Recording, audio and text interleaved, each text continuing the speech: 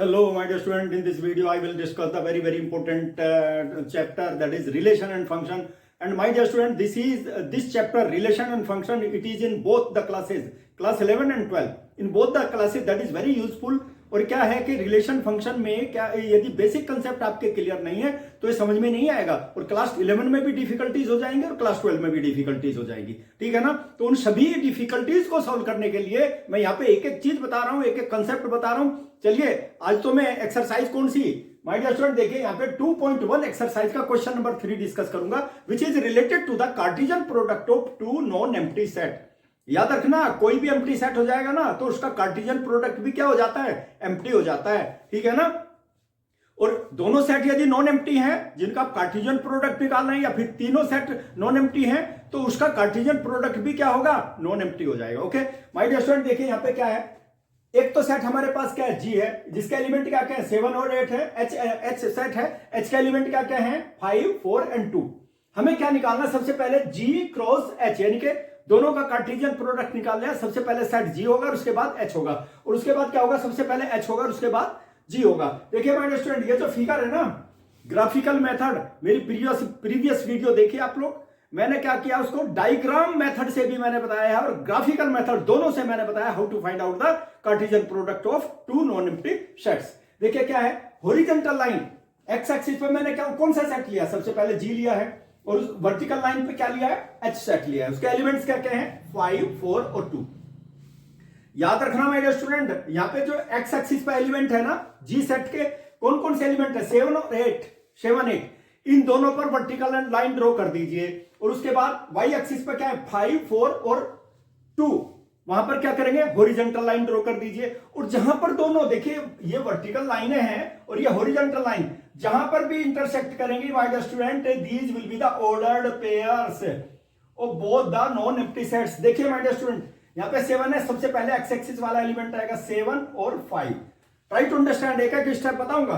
और यहाँ पे क्या आ जाएगा, देखो 7 और यहाँ पे क्या है 4, next order pair, second order pair आ गया, यहाँ पे 7 और 2, यानी कि एक्स एक्सिस का एलिमेंट सेम और वाई एक्सिस का एलिमेंट हमने यहाँ पे at the second element will be the second element of the ordered pair will be of the कौन सा सेट, जिसको हमने वाई एक्सिस के ऊपर रिप्रेजेंट किया है। ओके इसको याद रखें। देखिए यहाँ पे 8 और उसके बाद क्या आएगा 5। जैसे आप लोगों ने क्लास 9 में कोऑर्डिनेट सिस्टम पढ़ा है वही तो है सेम। और माय डियर स्टूडेंट देखिए यहाँ पे क्या होगा, 8 और कितना 4, और यहाँ पे कितना हो जाएगा 8 एंड 2। और माय डियर स्टूडेंट देखिए हमें सबसे पहले क्या निकालना, जी क्रॉस एच।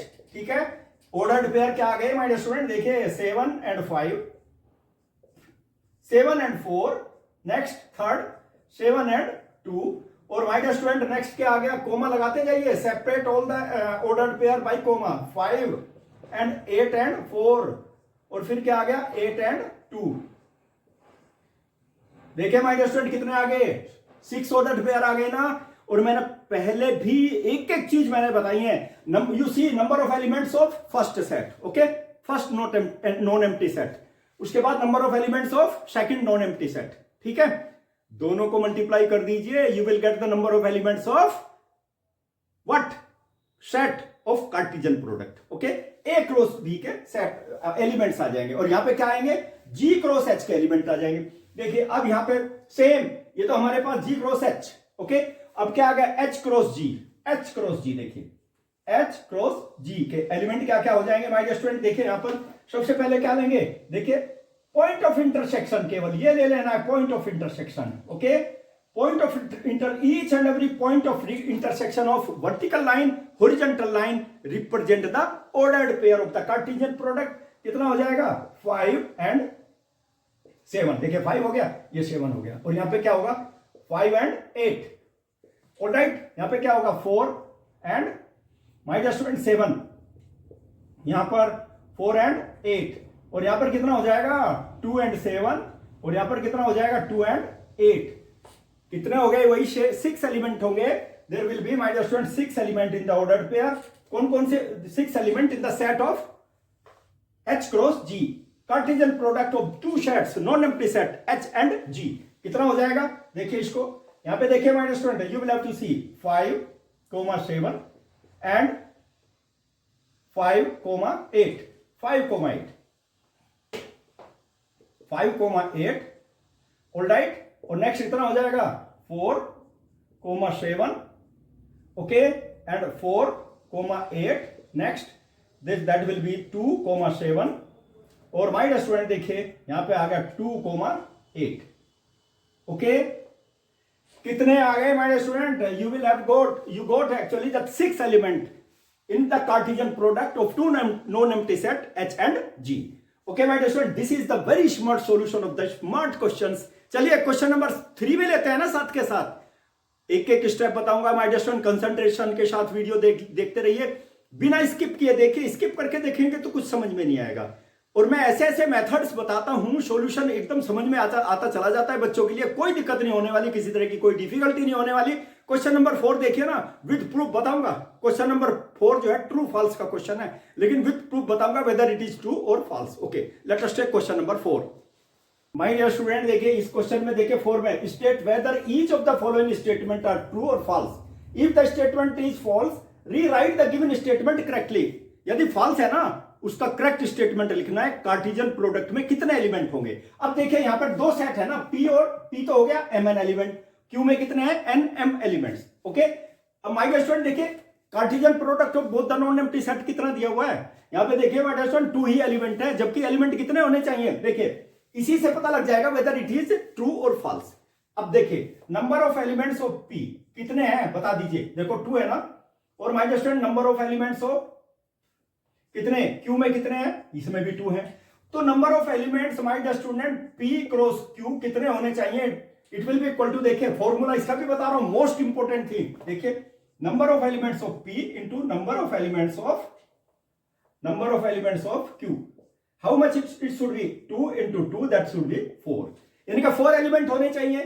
देखिए यहां पे पी क्रॉस क्यू में कितने एलिमेंट होने चाहिए? 4 होने चाहिए। यहां पे पी क्रॉस क्यू में कितने हैं? 2 एलिमेंट्स, ठीक है ना। That is why this statement is false, it is false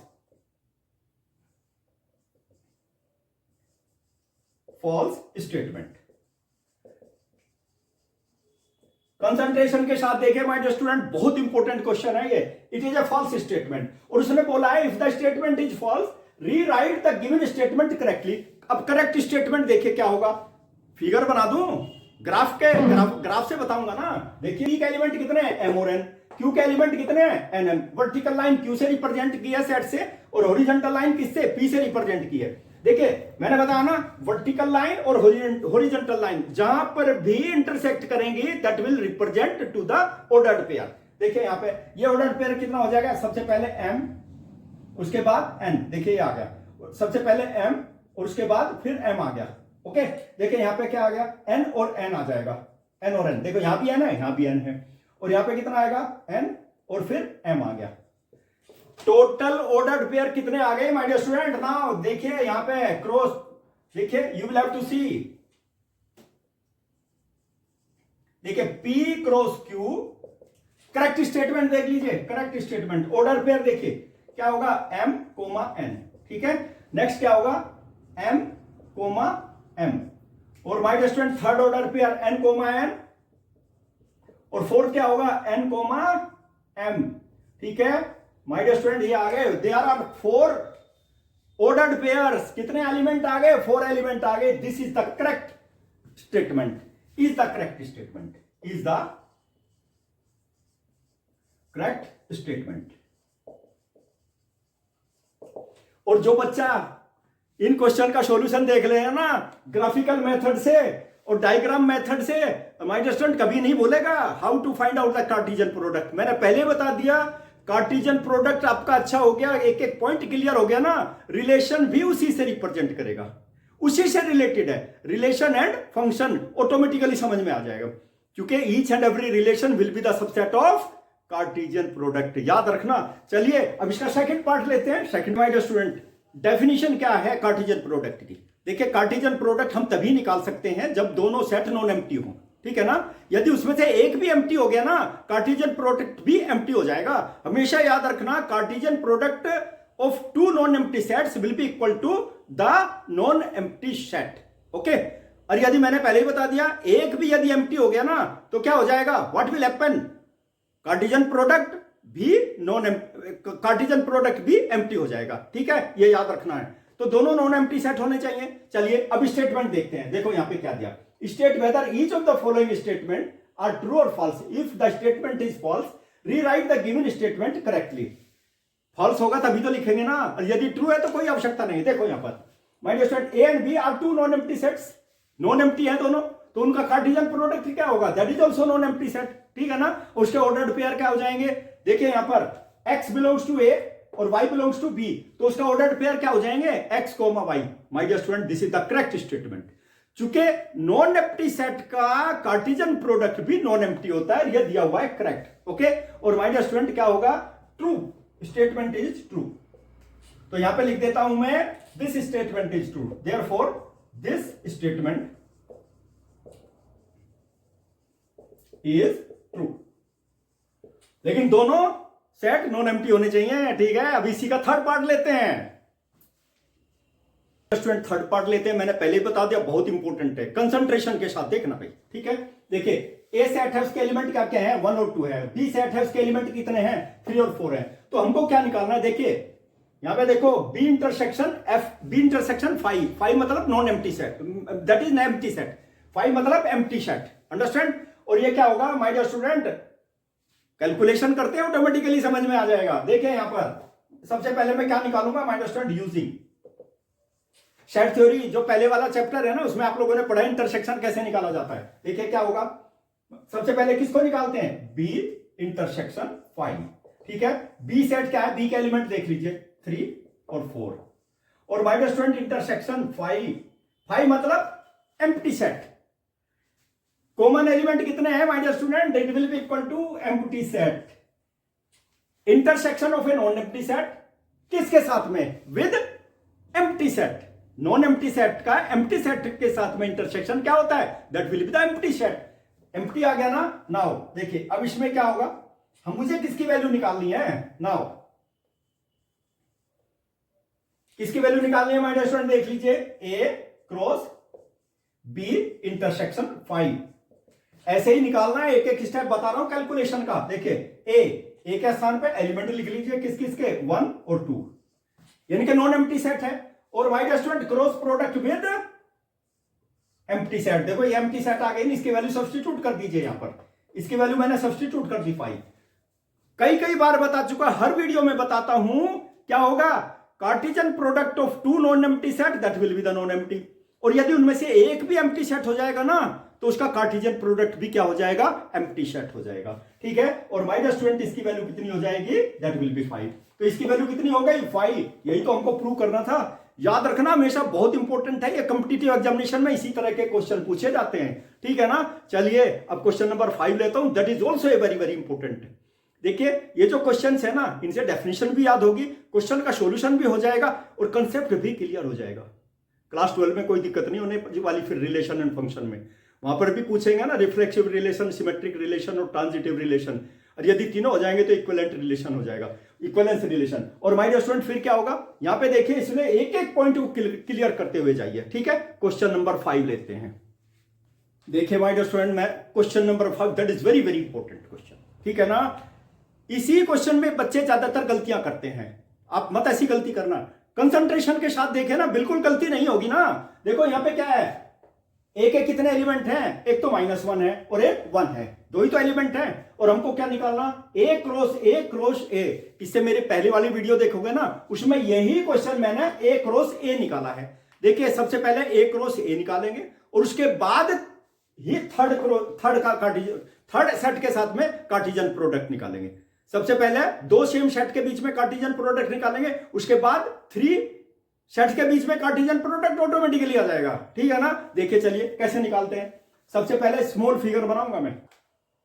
देखिए हॉरिजॉन्टल लाइन एक्स एक्सिस के साथ में क्या है, सेट ए, वर्टिकल लाइन के साथ में क्या है, सेट ए। और माय डियर स्टूडेंट, ये जो वर्टिकल लाइन है ना और हॉरिजॉन्टल लाइन जहां पर भी इंटरसेक्ट करेंगे, these intersecting point will represent the order pairs. Okay, concentration के साथ देखिए माय डियर स्टूडेंट, अब मुझे ए क्रॉस बी निकालना है, Cartesian product of 2 set, same set.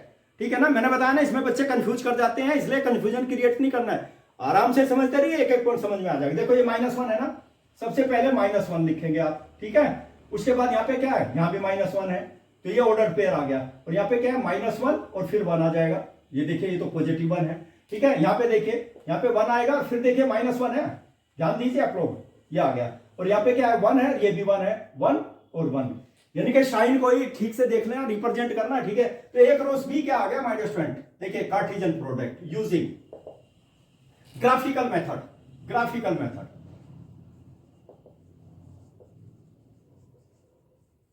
Alright, देखिए माय डियर स्टूडेंट, अब सारे ऑर्डर्ड पेयर लिख देता हूं मैं। क्या ऑर्डर्ड पेयर आ जाएंगे, -1 और फिर -1, ठीक है। और फिर क्या आएगा, -1 और 1 आ गया। और फिर क्या आएगा, देखो यहां पे नेक्स्ट ले लीजिए, 1 और -1, ठीक है। और माय डियर स्टूडेंट नेक्स्ट क्या आ जाएगा, देखो लास्ट वाला आ गया ना, 1 और 1 आ जाएगा, ठीक है।